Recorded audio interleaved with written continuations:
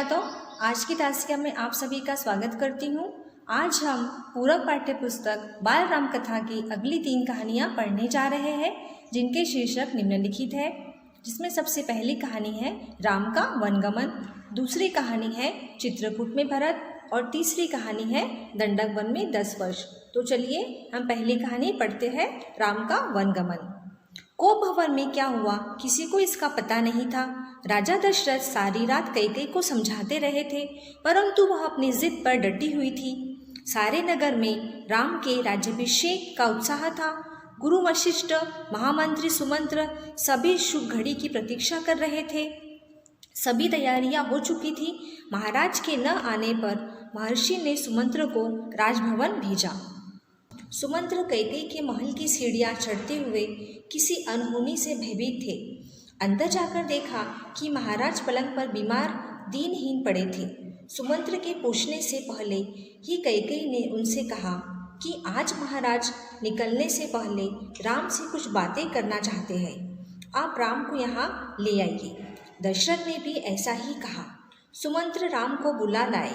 राम के साथ लक्ष्मण भी वहाँ आ गए। राम ने पिता और माता कैकेयी को प्रणाम किया। राजा दशरथ उन्हें देखकर तथा राम कहकर मूर्छित हो गए। होश आने पर भी वे कुछ नहीं बोले।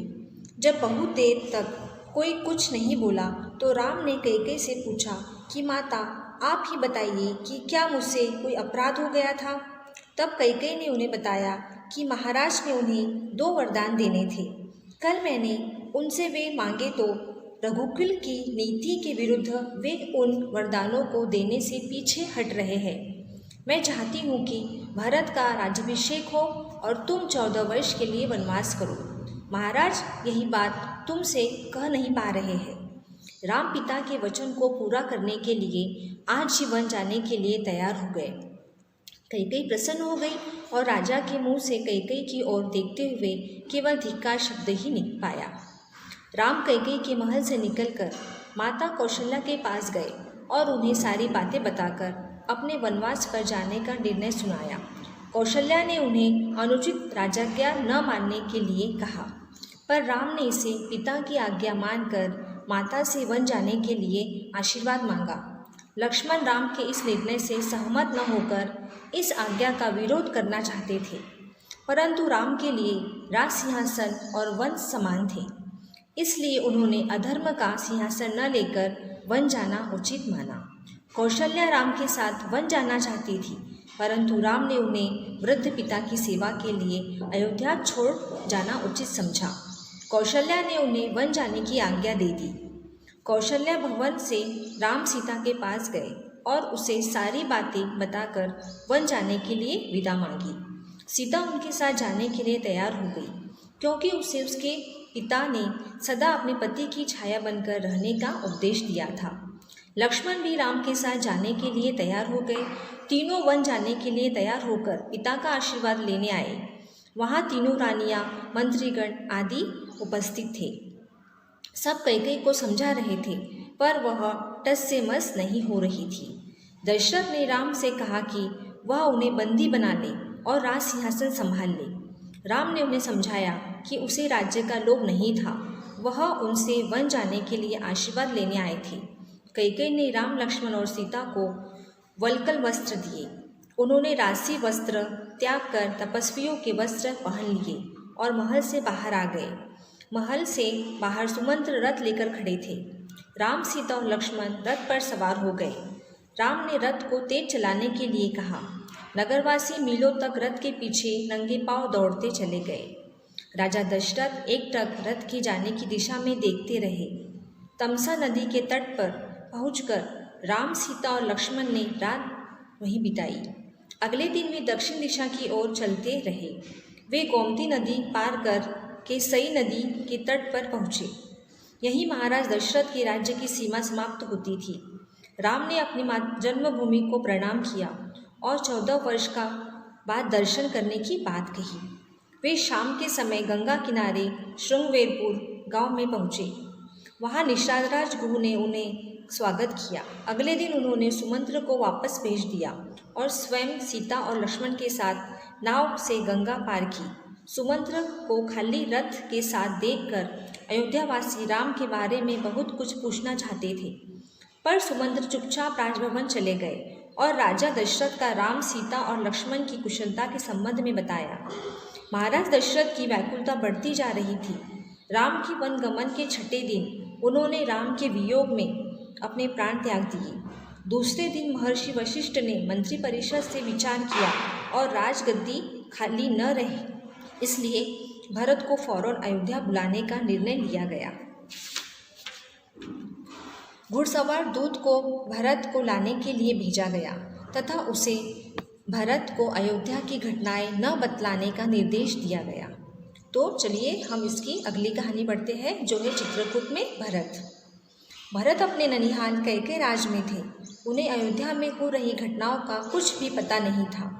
उन्हें स्वप्न आया था कि समुद्र सूख गया है, चंद्रमा धरती पर गिर गया है, वृक्ष सूख गए हैं, एक राक्षसी उसके पिता को खींचकर ले जा रही है, वे रथ पर बैठे हैं और उस रथ को गधे खींच रहे हैं। वे इस स्वप्न के कारण चिंतित रहते थे और अपने मित्रों को अपना स्वप्न सुनाकर इसका अर्थ जानना चाहते थे। तभी अयोध्या से घुड़सवार दूत वहां पहुँचे और उन्हें परंतु अयोध्या चलने के लिए कहा। कैकेयराज ने भरत को 100 रथों और सेना के साथ विदा किया। वे 8 दिन बाद अयोध्या पहुँचे। भारत को अयोध्या शांत, उजाड़, खामोश सा दिखाई दिया। उनके पूछने पर भी किसी ने उत्तर नहीं दिया। राजभवन में वे सीधे महाराज दशरथ के भवन की ओर गए, परंतु वहाँ महाराज नहीं थे। इसके बाद वह कैकेयी के महल की ओर गए तो माँ ने उन्हें आगे बढ़कर गले लगा लिया और उन्हें पिता के देहांत का समाचार दिया। भरत यह सुनकर शोकमग्न हो गए। वे विलाप करने लगे तो माँ ने उन्हें अपने आप को संभालने के लिए कहा। भरत सोच रहे थे कि पिता राज्याभिषेक की तैयारियों में व्यस्त होंगे, परंतु यहाँ तो सब कुछ उल्टा ही हो गया था। भरत राम के पास जाने के लिए व्याकुल हो रहे थे तो कैकेयी ने उन्हें बताया कि महाराज ने उन्हें 14 वर्ष का वनवास और उसे राजगद्दी दी है। मैंने ही महाराज से ऐसा करने की प्रार्थना की थी और यही तुम्हारे हित में है। भरत को क्रोध आ गया। वे माँ को भला बुरा कहने लगे। उन्हें पिता को खोकर तथा भाई से बिछड़कर राज्य नहीं चाहिए। उसी समय वह अन्य मंत्रीगण और सभासद भी आ गए। भरत ने उन्हें स्पष्ट रूप से बता दिया कि उसे राज्य नहीं चाहिए। उसकी माँ ने जो किया है उसमें उसका कोई हाथ नहीं है। वह राम के पास जाएगा और उन्हें मनाकर लाएगा। उन्होंने माता कौशल्या के पास जाकर अपने निरपराध होने की बात कही और उनसे क्षमा मांगी। उन्हें अपनी माँ के व्यवहार पर भी दुख था। सुबह तक शत्रुघ्न को भी यह पता चल गया था कि मंथरा ने ही कैकेयी के कान भरे थे। वे मंथरा को मार देना चाहते थे, परंतु भरत ने उसे बचा लिया था। सेना के चलने से जंगल में खलबली मच गई। राम और सीता पर्णकुटी में थे और लक्ष्मण बाहर पहरा दे रहे थे। उन्होंने एक ऊंचे पेड़ पर चढ़कर देखा तो उन्हें अयोध्या की सेना आती हुई दिखाई दी। उन्होंने राम से कहा कि भरत सेना के साथ इधर आ रहा है, शायद एक छत्र राज करने के लिए हमें मार डालना चाहता है।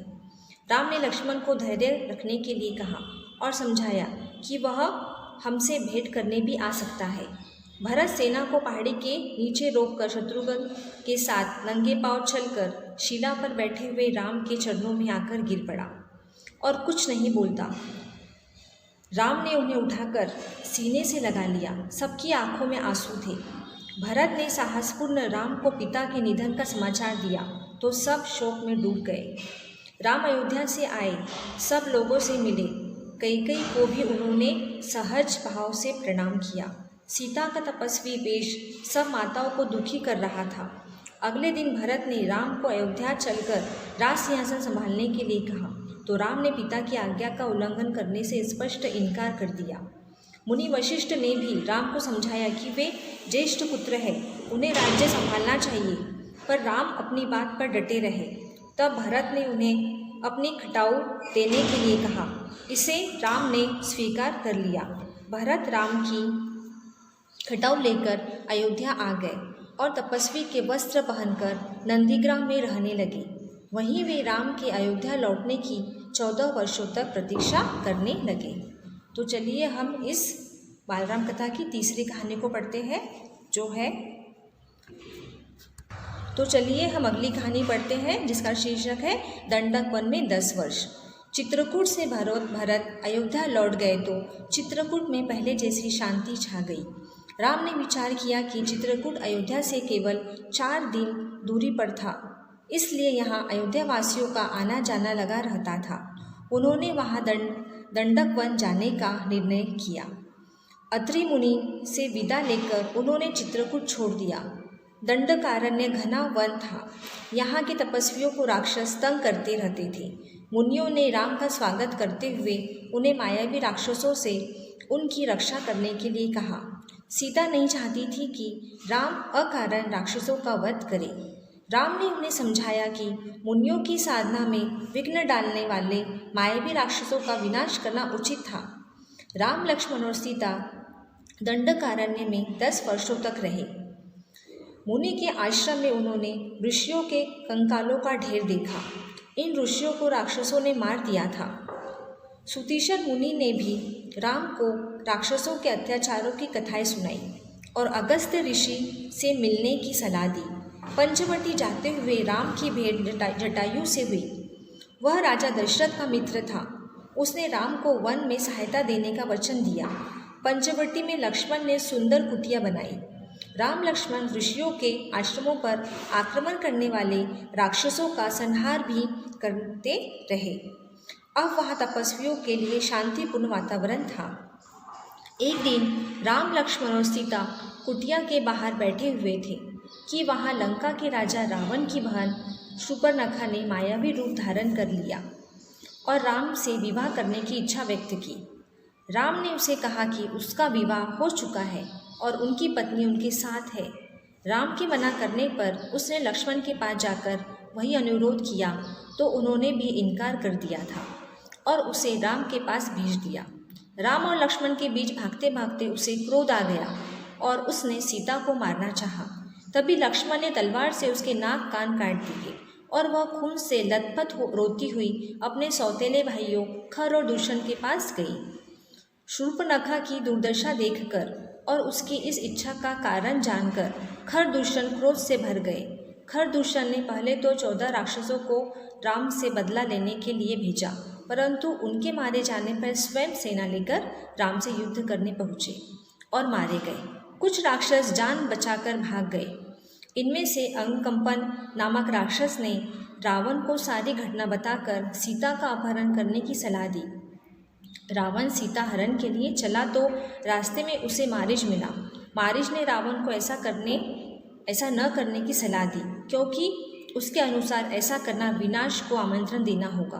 वह राम की शक्ति से परिचित था। रावण मारीच की बात मानकर चुपचाप लंका लौट गया। शूर्पणखा ने विलाप करते हुए रावण के पास पहुंचकर उसे अपना दुखड़ा सुनाया और राम लक्ष्मण की वीरता की प्रशंसा करते हुए सीता की सुंदरता का वर्णन भी किया। उसने कहा कि वह तो सीता को उसके लिए लाना चाहती थी, पर लक्ष्मण ने उसके नाक कान काट दिए। उसने रावण को उनसे बदला लेने के लिए उकसाया। रावण मारीच के पास जाकर और उसे लेकर पंचवटी गया। वहाँ जाकर मारीच मायावी सोने के हिरण का रूप धारण कर लिया। राम, लक्ष्मण और सीता की कुटिया के पास घूमने लगा। रावण एक तपस्वी का वेश बनाकर एक पेड़ के पीछे छिप गया। सीता ने उस सोने के हिरण पर मुग्ध होकर राम को उसे पकड़ लाने के लिए कहा। राम लक्ष्मण को वन में सोने के हिरण के होने पर संदेह था, परंतु सीता के लिए राम सोने का हिरण लेने चले गए और लक्ष्मण को सीता को अकेला न छोड़ने का आदेश दे गए। तो आज हमने बाल राम कथा की 3 कहानियाँ पढ़ी, जिसे आपको पूरक पाठ्य पुस्तक से फिर से पढ़ना है और अच्छे से समझना है। धन्यवाद।